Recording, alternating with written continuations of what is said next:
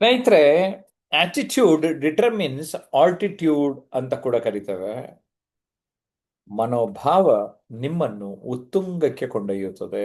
That means it will take you to the top ಅಂತ ಹೇಳ್ತಾ, ಮನಸ್ಥಿತಿಗೆ ತಕ್ಕ ಪರಿಸ್ಥಿತಿ ಎನ್ನುವ ವಿಷಯದ ಬಗ್ಗೆ ಕೂಡ 2-3 ಸಾರಿ ವಿಡಿಯೋ ಮಾಡಿ ಹಾಕಿದ್ದೇನೆ. ಗಮನಿಸಿ.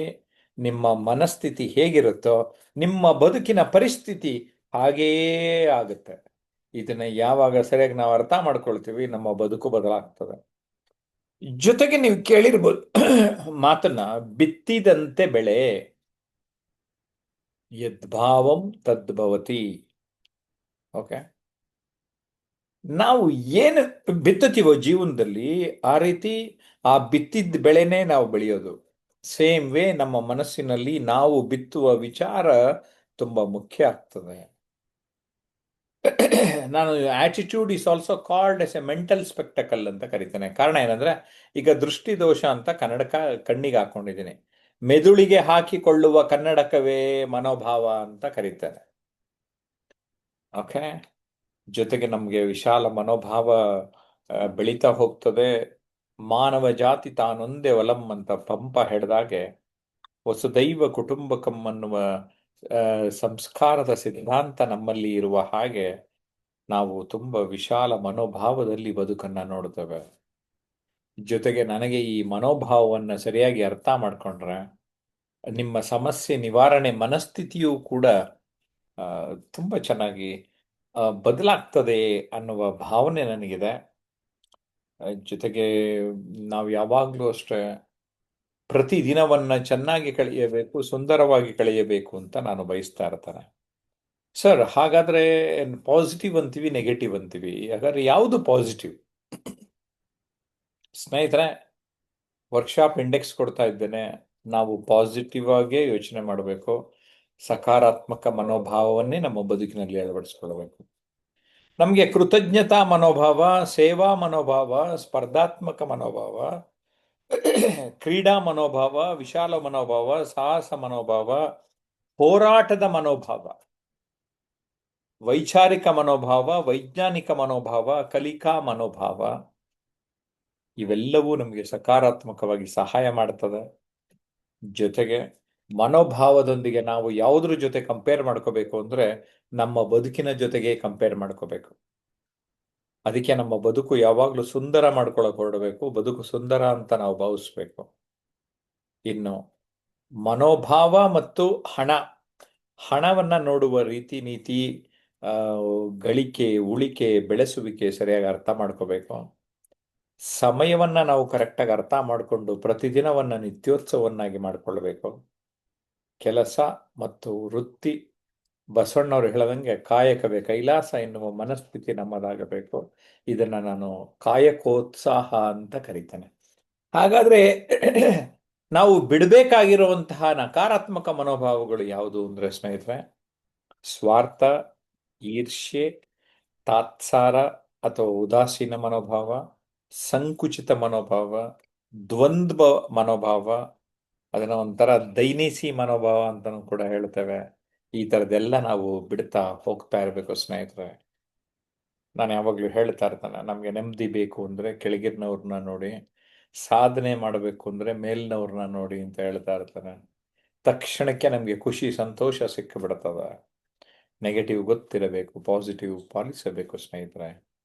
ಉತ್ತಮ ಹವ್ಯಾಸಗಳು, ನಿರಂತರ ಅಭ್ಯಾಸ, ನಿರಂತರ ಕಲಿಕೆ, ಬೀಯಿಂಗ್ ಹ್ಯೂಮನ್, ಮಾನವೀಯತೆಯನ್ನು ಮೆರೆಯೋದು, being good and doing good, ಒಳ್ಳೆಯತನವನ್ನು ಮೆರೆಯೋದು, ಆಕರ್ಷಣಾ ಕಾನೂನು, ಲಾ ಆಫ್ ಅಟ್ರಾಕ್ಷನ್, ಸಕಾರಾತ್ಮಕತೆ, ಪಾಸಿಟಿವಿಟಿ, ಜೊತೆಗೆ ನಾವು ಸಮಯಕ್ಕೆ ಗೌರವ ಕೊಡುವಂಥದ್ದು, ಈ ಎಲ್ಲ ವಿಚಾರಗಳು ನಮ್ಮನ್ನ ಸಕಾರಾತ್ಮಕ ಮನೋಭಾವದತ್ತ ಕೊಂಡೊಯ್ಯುತ್ತೆ.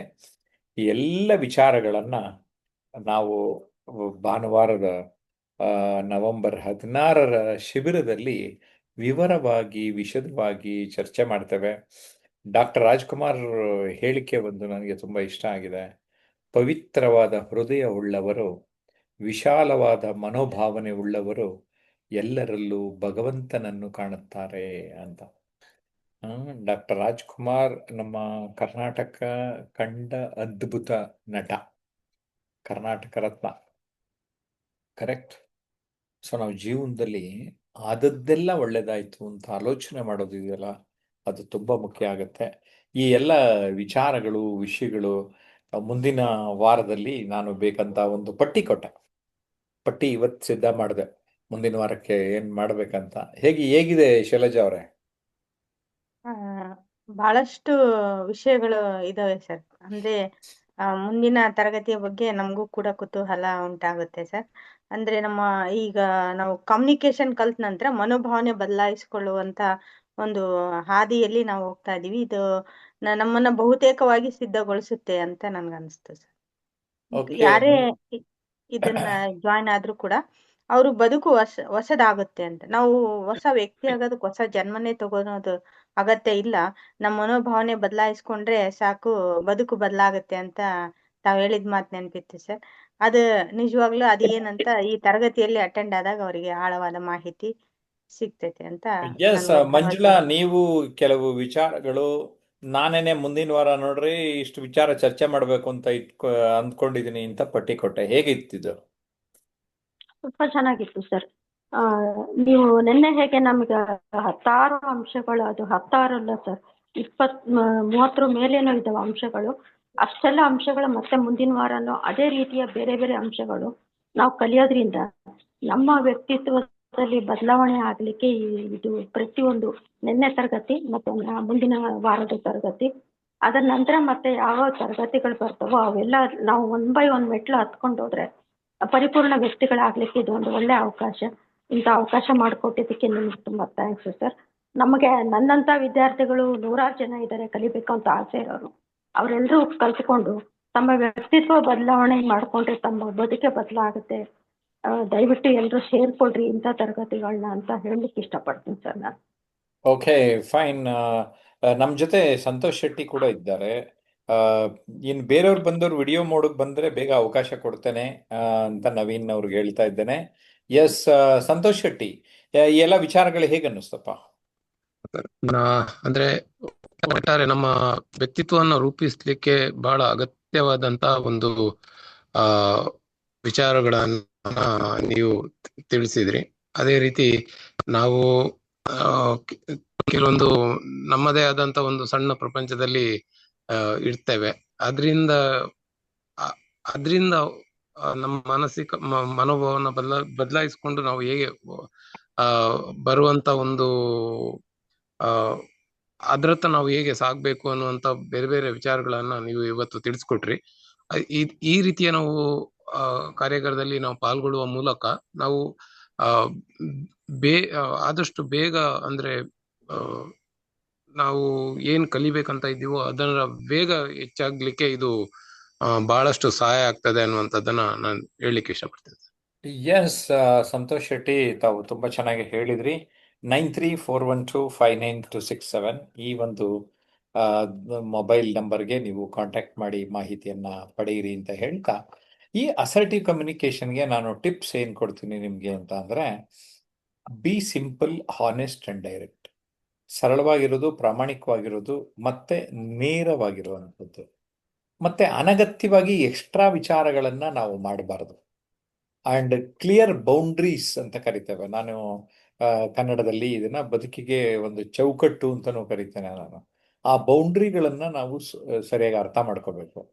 Don't lose your manners and values. ನಿಮ್ಮ ಒಂದು ಸಜ್ಜನಿಕೆ, ಸರಳತೆ, ಮೌಲ್ಯಗಳಿಗೆ ಯಾವತ್ತು ರಾಜಿ ಆಗಬೇಡಿ.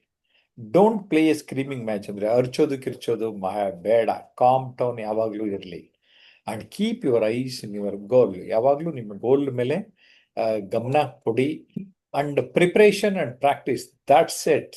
ಚೆನ್ನಾಗಿ ಪ್ರಿಪೇರ್ ಆಗಿ ಪ್ರಾಕ್ಟೀಸ್ ಮಾಡಿ, ಬರೀರಿ, ರಿಹರ್ಸಲ್ ಮಾಡಿ, ಎಲ್ಲ ಮಾಡ್ತಾ ಬನ್ನಿ, ಅಭ್ಯಾಸ ಆಗತ್ತೆ. ಒಂದ್ಸರಿ ಅಭ್ಯಾಸ ಆದ್ಮೇಲೆ ಅದು ನಿಮ್ಮದೇ ಹೋಗ್ತದೆ. Value your self and your rights. ನಿಮಗೆ ನೀವೇ ಗೌರವ ಕೊಟ್ಕೊಳ್ಳಿ, ಮತ್ತೆ ನಿಮ್ಮ ಹಕ್ಕಿಗೆ ಗೌರವಿಸಿ. ಕ್ರಿಟಿಸಿಸಮ್ ಮಾಡ್ತಾರೆ, ವಿಮರ್ಶೆ ಮಾಡ್ತಾರೆ, ಕಾಲ್ ಎಳಿತಾರೆ. ನಾವಾದರೆ ಯಾರಾದರೂ ಏನಾದರೂ ನಿಮ್ದು ತಪ್ಪಿದೆ ಅಂತ ಅಂದರೆ, ನಿಜವಾಗ್ಲೂ ಅದು ತಪ್ಪಾಗಿದ್ರೆ ಒಪ್ಕೊಳ್ಳೋಂಥ ಮನೋಗುಣ ಕೂಡ ನಮ್ದಾಗಿರಲಿ. ಜೊತೆಗೆ ಕಾಂಪ್ಲಿಮೆಂಟ್ಸ್ ಚೆನ್ನಾಗಿ ಮಾಡಿದ್ರಿ ಅಂತಾರೆ, ಅವಾಗ ಹಿಗ್ಗೋದು ಬೇಡ. ತೆಗೆಳದಾಗ ಕುಗ್ಗೋದು ಬೇಡ. ಅಲ್ಲೂ ಕೂಡ ಒಂದು ಸಮತೋಲನ, ಬ್ಯಾಲೆನ್ಸ್ಡ್ ಇರೋಣ. ಈಗ ಯಾವುದೋ ಒಂದು ಲೆವೆಲ್ಗೆ ಹೋಗ್ತೀವಿ, ಆವಾಗ ನಾನು ಎಲ್ಲಿದ್ದೀನಿ, ಎಷ್ಟು ಹೋಗ್ಬೇಕು, ಇನ್ನೂ ಎಷ್ಟು ಕಲಿಬೇಕು, ಇನ್ನೂ ಎಷ್ಟು ಬೆಳಿಬೇಕು ಅನ್ನೋದನ್ನ ನಿಮ್ಮನ್ನ ನೀವು ಅವಲೋಕನ ಮಾಡ್ಕೊಳ್ತಾ ಇದ್ರೆ, this is a very very important aspect ಸ್ನೇಹಿತರೆ. It's going to help you a lot review your progress. Lower intonation, ಮಾತಾಡ್ತಾ ಎದ್ದು ಬಿದ್ದು ಓವರ್, ಕೆಲವರೆಲ್ಲ ಓವರ್ ಡಾಯ್ ಡಾಯ್ ಡಾಯ್ ಡಾಯ್ ಅಂತ ಬೇಕಾಗಿಲ್ಲ. ನಿಧಾನವಾಗಿ ಸ್ಪಷ್ಟವಾಗಿ ಸಂವಹನ ಮಾಡಿ. Okay, use data and facts. ನಿಮ್ಮಲ್ಲಿ ಯಾವಾಗಲೂ ಒಂದು ಸ್ಟ್ಯಾಟಿಸ್ಟಿಕ್ಸ್ ಇಟ್ಕೊಂಡು ಮಾತಾಡಿದಾಗ ಅದಕ್ಕೆ ಗೌರವ ಮತ್ತು ಘನತೆ ಜಾಸ್ತಿ ಸ್ನೇಹಿತರೆ. ಸೊ ನಾನಂತೂ ನಿಮ್ಮೆಲ್ರಿಗೂ ಯಾವಾಗಲೂ ಹೇಳಕ್ಕೆ ಇಷ್ಟಪಡ್ತೇನೆ, ಲೈಫ್ ಇಸ್ ಬ್ಯೂಟಿಫುಲ್. ಯಾವಾಗ ನಾನು ಆ ಬದುಕಿನಲ್ಲಿರೋ ಸುಂದರತೆಯನ್ನು ಕಂಡುಕೊಂಡಾಗ. ಅದಕ್ಕೆ ನಾನು ಯಾವಾಗಲೂ ಬ್ಯೂಟಿಫುಲ್ ಡೇ ಕಾನ್ಸೆಪ್ಟ್ ಹೇಳ್ತಾ ಇರ್ತಾನೆ. ಒಂದ್ಸರಿ ನಮ್ಮ ಕಾಮೆಂಟ್ ಬಾಕ್ಸಲ್ಲಿ ಬ್ಯೂಟಿಫುಲ್ ಡೇ ಅಂತ ಟೈಪ್ ಮಾಡ್ತೀರಾ? ನಿಜವಾಗ್ಲೂ ಬದುಕು ಸುಂದರ ರೀ ಅಲ್ಲ? ನಮ್ಮ ಪ್ರಕೃತಿ ಎಷ್ಟು ಚೆನ್ನಾಗಿದೆ, ಎಷ್ಟು ಸುಂದರವಾಗಿದೆ, ಎಷ್ಟು ಸೊಗಸಾಗಿದೆ. ನಮ್ಮ ಹೂವುಗಳನ್ನು ನೋಡ್ತಾ ಇದ್ರೆ ಆ ಹೂವುಗಳಲ್ಲಿ ಎಷ್ಟು ಚಿತ್ತಾರಗಳು ಇರೋದನ್ನ ನೋಡ್ತೇವೆ. ಅದೇ ಒಂದು ನದಿ ಅಥವಾ ಯಾವುದೋ ಒಂದು ಸಮುದ್ರದ ಒಂದು ದಡೆಯಲ್ಲಿ ಕೂತ್ಕೊಂಡಾಗ ಅದು ಹೇಗೆ ನಮಗೆ ಅನ್ನಿಸ್ತದೆ ಅಲ್ವಾ? ಇಡೀ ಪ್ರಪಂಚ ಇದು ಏನಪ್ಪ, ಇದು ಈ ವಿಷಯದಲ್ಲಿ ಎಷ್ಟಿದೆಯಪ್ಪ, ಏನಿದೆಯಪ್ಪ, ತಲೆ ಕೆಡಿಸ್ಕೊಂಡ್ಬಿಡ್ತೀವಲ್ಲ. ಸೊ ಅನೇಕ ವೈವಿಧ್ಯಮಯ ವಿಚಾರ, ವೈವಿಧ್ಯಮಯ ಪ್ರಪಂಚ ನಮ್ಮಲ್ಲಿ ಇದೆ. ಈ ನೀರಿನ ಝರಿ ಎಲ್ಲೋ ಹುಟ್ಟಿ ಎಲ್ಲಿಗೋ ಕೊನೆಯಲ್ಲಿ ದಡ ಸೇರೋನ್ಗೆ ನಾವು ಎಲ್ಲೋ ಹುಟ್ಟಿ ಎಲ್ಲೋ ಒಂದು ಕಡೆ ದಡ ಸೇರಿಸ್ತೀವಿ. ಆ ಪ್ರಕೃತಿಯ ರಮಣೀಯತೆಯನ್ನ ಗುರುತಿಸ್ಕೊಳ್ಳೋಣ, ಗೌರವಿಸ್ಕೊಳ್ಳೋಣ. ಅಷ್ಟೇ ಅಲ್ಲ, ಸಮುದ್ರದ ಆಳದಲ್ಲೂ ಸಿಕ್ಕಾಪಟ್ಟೆ ಚೆನ್ನಾಗಿರತ್ತಂತ ಅಲ್ವಾ? ಚಲನಚಿತ್ರಗಳಲ್ಲಿ ನೋಡಿರ್ತೇವೆ.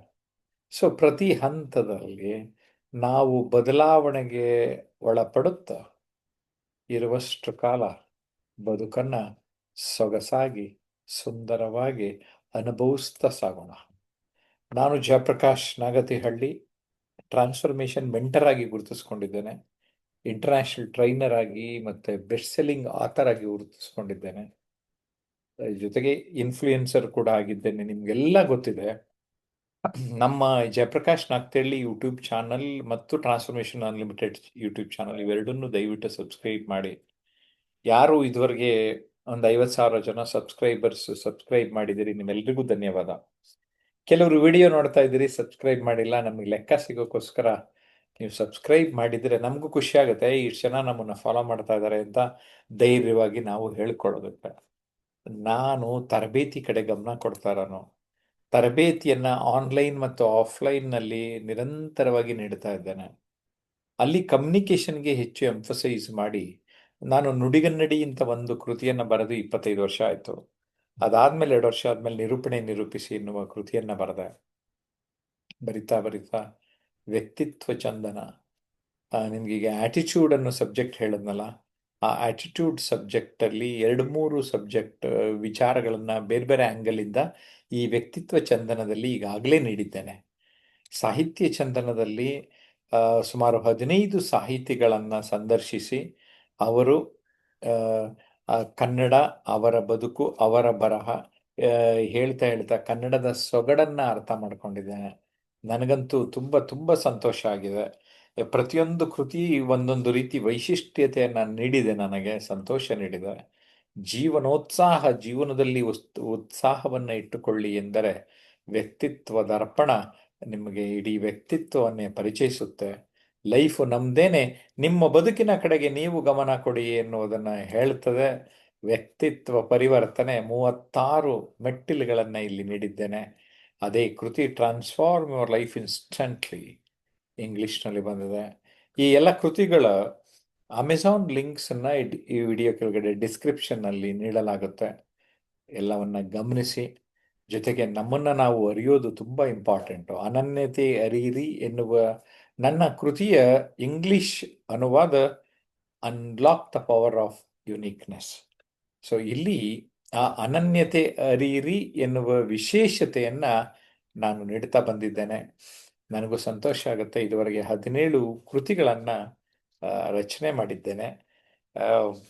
ನನ್ನೆಲ್ಲ ಕೃತಿಗಳು ನಿಜವಾಗಿಯೂ ನನಗೆ ತುಂಬಾ ಸಂತೋಷ ಕೊಟ್ಟಿದ್ದಾರೆ. ಕನ್ನಡದಲ್ಲಿ ಸಪ್ನಾ ಬುಕ್ ಹೌಸ್ ಬಹುತೇಕ ಕೃತಿಗಳನ್ನ ಪಬ್ಲಿಷ್ ಮಾಡಿರೋದ್ರಿಂದ ಮಳಿಗೆಗಳಲ್ಲಿ ಲಭ್ಯ ಆಗ್ತದೆ. ಇನ್ನು ನಮ್ಮ ಆನ್ಲೈನ್ ಮತ್ತು ಆಫ್ಲೈನ್ ಟ್ರೈನಿಂಗ್ ಕೋರ್ಸ್ ಜಾಯಿನ್ ಆಗೋದಾದ್ರೆ feel free to join. Jayaprakash Nagathihalli ಹಾಗೂ ಟ್ರಾನ್ಸ್ಮಿಷನ್ ಅನ್ಲಿಮಿಟೆಡ್ 2 ಯೂಟ್ಯೂಬ್ ಚಾನಲ್ಗಳನ್ನು ಸಬ್ಸ್ಕ್ರೈಬ್ ಮಾಡಿ. ಸೋಷಿಯಲ್ ಮೀಡಿಯಾನಲ್ಲಿ ನಾನು FB ಪೇಜ್, ಇನ್ಸ್ಟಾಗ್ರಾಮ್, ಎಕ್ಸ್ ಮತ್ತು ಲಿಂಕ್ಡ್ಇನ್ನಲ್ಲಿ ನಾನು ಅವೈಲಬಿಲಿಟಿ ಇರ್ತೇನೆ. ಟೆಲಿಗ್ರಾಮ್ ಚಾನಲ್ ಕೂಡ ನನ್ನ ಹೆಸರಲ್ಲೇ ಇದೆ. ಅಲ್ಲಿ ಜಸ್ಟ್ ಜಾಯಿನ್ ಆಗಿಬಿಟ್ರೆ ಸಾಕು. ನಮ್ಮ course, offline workshop, online information ಎಲ್ಲವೂ ಕೂಡ ನಿಮಗೆ ಲಭ್ಯ ಆಗುತ್ತೆ ಅಂತ ಹೇಳೋದಕ್ಕೆ ಈ ಸಂದರ್ಭದಲ್ಲಿ ಇಷ್ಟಪಡ್ತೇನೆ. ಏನಂತೀರಿ? ಥ್ಯಾಂಕ್ ಯು ವೆರಿ ಮಚ್ ನೀವೆಲ್ಲ ನಮ್ಮ ಜೊತೆ ಇದ್ದಿದ್ದಕ್ಕೆ.